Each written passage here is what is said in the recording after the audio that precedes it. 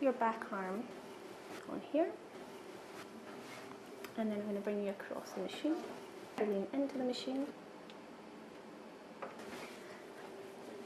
and then if you can lean back towards me.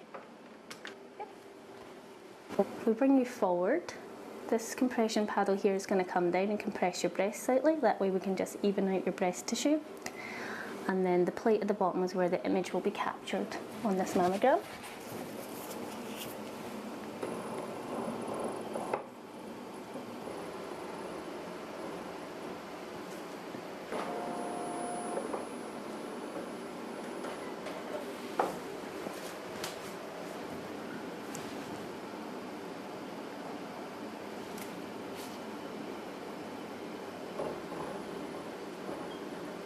And sadly, we know that they all too often develop aggressive breast cancer at younger ages. We know from our modeling, because for the very first time, we could model health outcomes specific to Black women.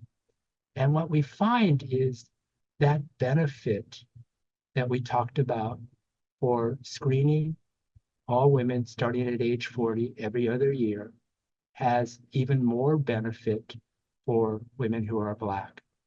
And we recognize that that shift to starting at age 40 and screening every other year is an important first step, but it's not enough to reduce the health disparities that we continue to observe.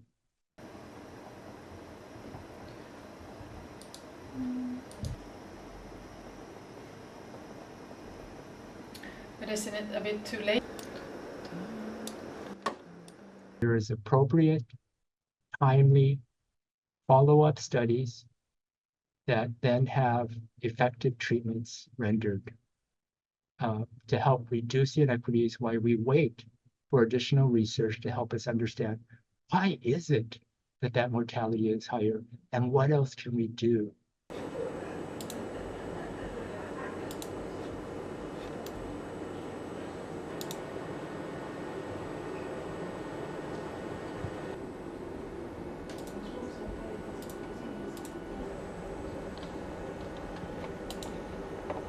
We know that women with dense breast have a higher risk for developing breast cancer. And we do know that mammography doesn't work as well for women with dense breast.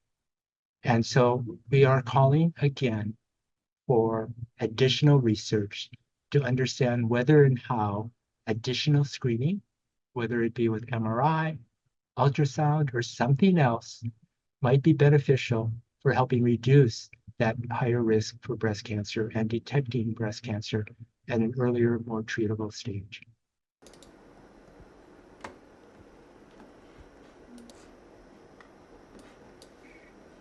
We are calling for additional research for evidence about the benefits and harms of screening mammograms in women 75 and older.